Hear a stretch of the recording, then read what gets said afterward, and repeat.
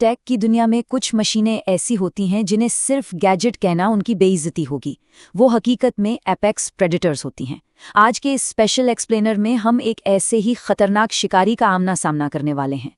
ये है MSI Titan 18HX dragon addition, एक ऐसा गेमिंग बीस्ट जो परफॉर्मेंस की सारी हदें तोड़ देता है।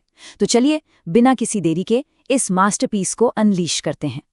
6,05,990 रुपए, जी हाँ, लगभग 6 लाख रुपए से भी ज्यादा। ये सिर्फ एक लैपटॉप का प्राइस टैग नहीं है, बल्कि टेक की दुनिया में एक्सट्रीम लग्जरी और अल्टीमेट पावर का एक बहुत बड़ा स्टेटमेंट है। ये एस्ट्रोनॉमिकल फिगर शुरू में ही साफ कर देता है कि यहाँ जिस लेवल की इंजीनियरिंग की बात हो रही है वो बिल्कुल अलग ही लीग में है।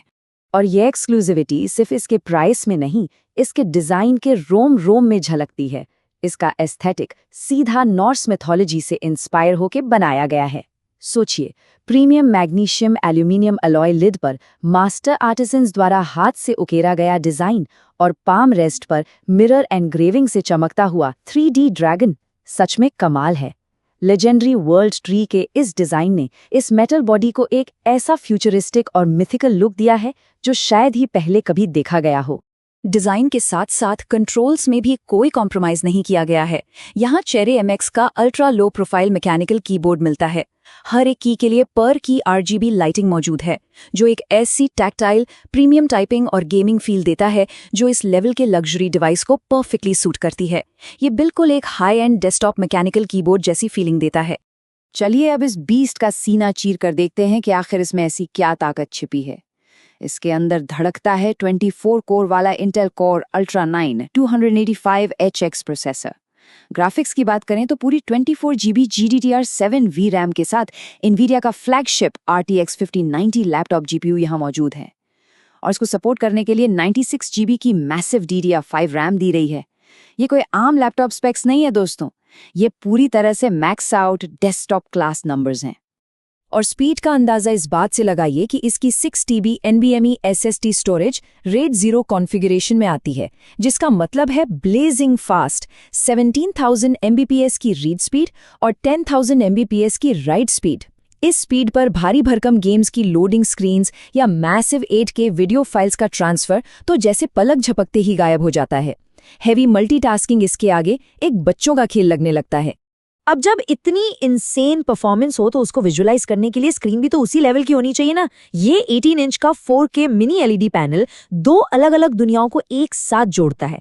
एक तरफ गेमर्स के लिए 120 हर्ट्ज का स्मूथ रिफ्रेश रेट और 1000 निट्स की पीक ब्राइटनेस है जो वीसा डिस्प्ले HDR 1000 को सपोर्ट करती है, और दूसरी तरफ क्रिएटर्स के लिए 100% DCI P3 Adobe RGB और sRGB की परफेक्ट कलर एक्यूरेसी है, यानी हार्डकोर गेमिंग और प्रोफेशनल कलर दोनों के लिए एब्सोल्यूट परफेक्शन। लेकिन चलिए इस बीस्ट को सीधा बैटल ग्राउंड पर उतारते हैं। 4K रेजोल्यूशन और RTX 5090 के फ्रेम जनरेशन के साथ जब ये मशीन चलना शुरू होती है तो तबाही मचा देती है। साइबरपंक 2077 में 100 FPS, स्पाइडरमैन 2 में 130 FPS और गोस्ट ऑफ त्सुशिमा में लगभग 120 FPS। 4K पर इतने माइंड ब्लोइंग फ्रेम रेट्स निकालना, वो भी एक लैपटॉप से, सच में किसी चमत्कार से कम नहीं है। लेकिन रुकिए, यहाँ एक रियलिटी चेक भी बहुत जरूरी है। जब फ्रेम जनरेशन को ऑफ करके रॉ नेटिव 4K परफॉर्मेंस पर आते हैं तो कहानी थोड़ी अलग हो जाती है। GTA भी मैक्सिमम रे ट्रेसिंग के साथ 55 FPS के आसपास देता है और ब्लैक मिथ वुकोंग 30 FPS पर आकर सिमट जाता है। ये साफ बताता है कि आज के मॉडर्न AAA टाइटल्स कितने ज्यादा डिमांडिंग हो चुके हैं, यहाँ तक कि एक माइटी 5090 के लिए भी मैक्स सिनेमैटिक सेटिंग्स पर उन्हें हैंडल करना एक चैलेंज है। खैर, गेमिंग से थोड़ा आगे बढ़ें तो प्रोडक्टिविटी की दुनिया में इसका असर सीधा समय बचाने में दिखता है।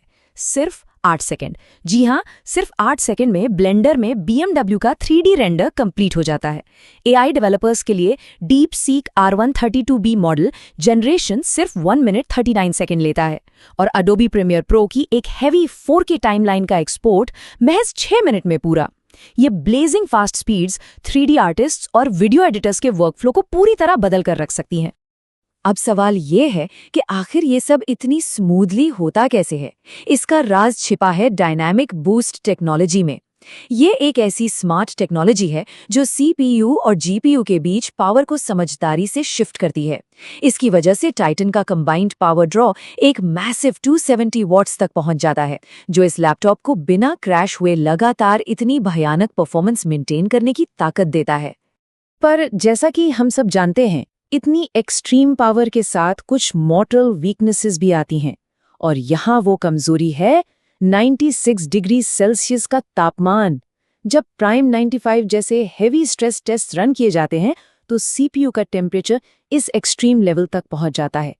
सुनने में ये नंबर काफी डरावना लगता है ना? लेकिन इस थर्मल रियलिटी को थोड़ा और ध्यान से समझते हैं। 103 वॉट के पावर ड्रॉ पर सीपीयू का 96 डिग्री हिट करना actually in power hungry Intel i9HX chips के लिए एक स्टैंडर्ड प्रोकॉर्ड टेम्परेचर माना जाता है। वहीं जीपीयू 193 वॉट्स तक 80 डिग्री मेंटेन करता है। इस आग को ठंडा रखने के लिए एक बहुत ही heavy dual fan cooling system और एक्स्ट्रा एसएसडी पाइप्स दिए गए हैं। लेकिन इसका एक नेगेटिव पॉइंट जरूर है। एक्सट्रीम लोड पर ये फैंस अग्रेसिवली लाउड हो जाते हैं, जिसका शोर क्लियरली सुनाई देता है। और जब हैवी चीजों की बात चली रही है तो इसके 4.85 किलोग्राम के ट्रैवल वेट को कैसे भूल सकते हैं। लैपटॉप खुद 3.6 किलो का है और उसके साथ आने वाला 400 वॉट का मैसिव पावर ब्रिक। इस सबको एक बैकपैक में डालकर घूमना मतलब सीधा जिम का वर्कआउट होना। पोर्टेबिलिटी के मामले में इस बीस्ट को कैरी करने के लिए शायद एक अच्छी जिम मेंबरशिप की जरूरत पड़ सकती है। एक और चीज जो थोड़ी चुभती है वो है इसका आरजीबी हैप्टिक ट्रैक पैड। देखने में ये बहुत ही विजुअली स्टनिंग और कंप्लीटली फ्यूचरिस्टिक लगता है, पर एक्चुअल यूसेज में ये कई बार टच को बिल्कुल मिस कर देता है। खास तौर पर एजेस पर या मल्टी फिंगर इनपुट्स के वक्त ये ट्रैक पैड काफी फिनिकी फील होता है, जो इतने एक्सपेंसिव लैपटॉप पर एक्सपेक्ट नहीं किया जाता। यहाँ मल्टीमीडिया एक्सपीरियंस में भी एक बहुत ही अजीब सा कॉन्ट्रास्ट है। ऑडियो के मामले में ये 6 स्पीकर डैन ऑडियो सिस्टम और डायनेमिक एनहांसमेंट के साथ एकदम प्रीमियम लाउड और सिनेमैटिक साउंड प्रोड्यूस करता है। पर दूसरी तरफ इसका वेबकैम एक 1080p 30 fps का कैमरा जो इतना नॉइजी और सबपार है कि इस लग्जरी डिवाइस पर एकदम आउट ऑफ प्लेस लगता है। 6 लाख के लैपटॉप पर कैमरा क्वालिटी में ऐसी कंजूसी बिल्कुल समझ नहीं आती। चलिए वापस कुछ अच्छी बातों पर आते हैं। कनेक्टिविटी के मामले में ये सिस्टम पूरी तरह से फ्यूचर प्रूफ है। Latest wifi 7, Bluetooth 5.4, 120 Gbps bandwidth वाले 2 Thunderbolt 5 ports, 8K output support करने वाला HDMI 2.1, 2.5 गीगाबिट ईथरनेट और एक full size SD express card reader. ये IO पोर्ट सिलेक्शन देखकर लगता है कि इसमें वाकई एक मैसिव डेस्कटॉप टावर को रिप्लेस करने की पूरी काबिलियत है। तो क्या ये वाकई एक डेस्कटॉप को रिप्लेस कर सकता है? रिजल्ट थोड़ा मिक्स्ड है। एक तरफ अगर कोई क्रिएटर ट्रैवल करता है तो उसके लिए ऐसी अनमैच्ड पोर्टेबल पावर मिलना असंभव है।